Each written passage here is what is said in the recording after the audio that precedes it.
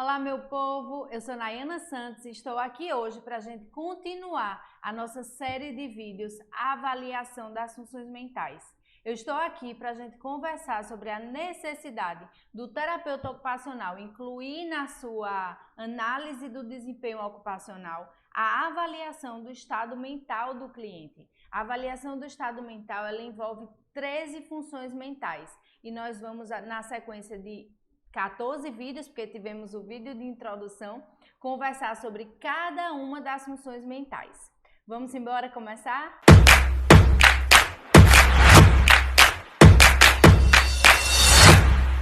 Então, a função que a gente vai conversar hoje é consciência. A consciência e algumas de suas alterações. A consciência é o primeiro estado mental que precisa estar ok, que precisa estar disponível para que o indivíduo seja capaz de engajar, seja capaz de participar nas ocupações do seu dia a dia. Então, tem um autor que define consciência como o conjunto de fenômenos psíquicos, elementares ou complicados, afetivos e intelectivos, que se apresentam na unidade de tempo e que permitem o conhecimento do próprio eu e do mundo exterior.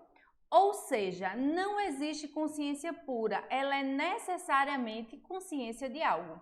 Como, por exemplo, estamos aqui hoje todos conscientes, assistindo esse vídeo e tentando apreender o que a gente está tentando passar aqui, tá certo?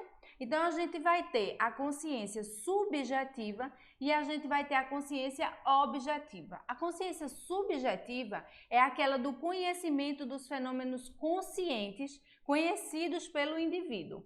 E a consciência objetiva é aquela consciência do próprio conteúdo. Tá? Quando a gente entende consciência do ponto de vista neuropsicológico, a gente vai estar falando do estar ou não desperto, certo? Então, o sono, por exemplo, é uma consciência normal, é uma alteração normal da consciência, certo? Então, a gente vai entender como, do ponto de vista neuropsicológico, a consciência como grau de clareza do sensório, o nível de consciência, se a pessoa está vígil ou não está vígil, certo? Se ela está desperto ou não está desperto. Quando a gente fala em consciência, dentro da avaliação do estado mental do cliente, a gente vai estar falando disso. Como eu falei, o sono é uma alteração normal da consciência, o sono e o sonho. E o sono e o sonho faz parte de uma ocupação bastante importante para todo ser humano, que é o descanso e o próprio sono, né? E aí a gente vai ter também algumas alterações patológicas da consciência, certo? É muito comum de você observar, por exemplo, dentro de UTI, dentro de clínica cirúrgica, dentro de clínica médica, onde o indivíduo ele vai estar com algumas alterações aí patológicas que pode atingir o sensório, né?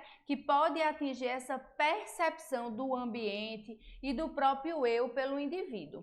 Então, a gente vai ter aí três alterações que são mais comuns: a obnubilação, o sopor e o coma, certo? Então, de uma maneira bem grosseira para a gente poder compreender, o coma é aquela ausência total da consciência, onde inclusive o indivíduo ele não vai ter reações reflexas, ele não vai ter reflexo, tá? Então, a alteração mais importante da consciência, o terapeuta ocupacional, nesses casos, vai precisar trabalhar posicionamento, prevenção de incapacidades, de deformidades, bem-estar, garantia do bem-estar do sujeito, prevenir lesões por pressão, uma série de coisas que o terapeuta ocupacional vai poder fazer nesses casos para poder promover qualidade e quantidade de vida. Uma outra alteração da consciência, que também é possível, que também ocorre com bastante frequência, principalmente dentro das unidades de terapia intensiva, é o sopor, onde o indivíduo ele vai ter resposta ao estímulo doloroso. No sopor, o indivíduo também vai estar aparentemente inconsciente, não com o nível de rebaixamento da consciência igual ao coma, mas aí ele já vai ter essa resposta reflexa, que é ao estímulo doloroso. Um outro nível de alteração da consciência, que vamos dizer que é mais superficial, é a obnubilação. É nela onde a gente há respostas reflexas, inclusive ao estímulo doloroso, e o indivíduo ele alterna entre o estado de inconsciência e consciência. É como se ele estivesse sonolento. Ora ele acorda, ora ele dorme. E é nesses episódios que o terapeuta ocupacional pode intervir, como terapia de orientação para a realidade, algum estímulo cognitivo para a gente trabalhar prevenção, principalmente de delírio. Nos momentos que o paciente estiver desperto, a gente pode sim já iniciar um treino de atividade de vida diária para a gente promover participação e garantir melhor qualidade e quantidade de vida, tá certo? Esse vídeo a gente não tem o objetivo de falar sobre escalas de avaliação do nível de consciência, como Glasgow, por exemplo. Mas se vocês tiverem interesse, deixa aqui nos comentários, que aí eu posso trazer um convidado super especial para falar sobre escalas de avaliação da consciência, que é algo muito importante para a prática profissional do terapeuta ocupacional. Uma outra alteração mais qualitativa, tudo isso que a gente falou anteriormente, obnubilação, sopor e coma, são alterações quantitativas do nível de consciência. E uma alteração qualitativa do nível de consciência muito importante da gente perceber é o delirium. Não confundir com o delírio. O delírio, ele é uma alteração no pensamento, tá? Uma alteração, vamos dizer assim, mais psiquiátrica. Aqui não necessariamente, na verdade, os pacientes que têm alteração do nível de consciência são aqueles pacientes com problemas mais clínicos, com doenças mais clínicas e não psiquiátricas, certo? Pode acontecer, claro, porque todos temos direito à nossa doença, né? O paciente psiquiátrico, ele também adoece. E é importante que a gente perceba isso, porque muitas vezes pelo estigma, as pessoas com doença mental têm os cuidados em saúde prejudicados. Mas a consciência, as alterações de consciência a gente percebe mais em pacientes de clínica médica, clínica cirúrgica, TCE, AVC, algumas outras condições mais clínicas, tá? Então, voltando aqui, uma alteração do nível de consciência qualitativo é o delirium. E o que seria o delírio? O delirium seria um quadro confusional agudo, que tem algumas características que a gente pode observar, tá certo? Como, por exemplo, rebaixamento de leve a moderado do nível de consciência. Esse rebaixamento ele vai ocasionar, em quase 100% dos casos, uma desorientação temporoespacial.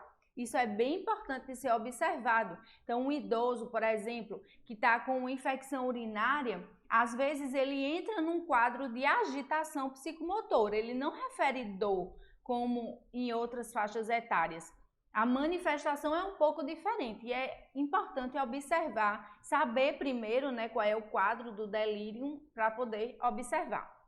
Uma outra questão que ocorre nessa clínica do delírio é a dificuldade de concentrar-se, porque é um rebaixamento importantíssimo do nível atencional, certo? Por muitas vezes o indivíduo fica perplexo, né? A gente vê isso pela fisionomia, pelo rosto dele, com um nível alterado de ansiedade, podendo trazer agitação ou lentificação psicomotora. Em alguns indivíduos com delírio, o idoso, por exemplo, dando esse exemplo, ele pode agitar de alguma maneira, encontrar a porta aberta e sair.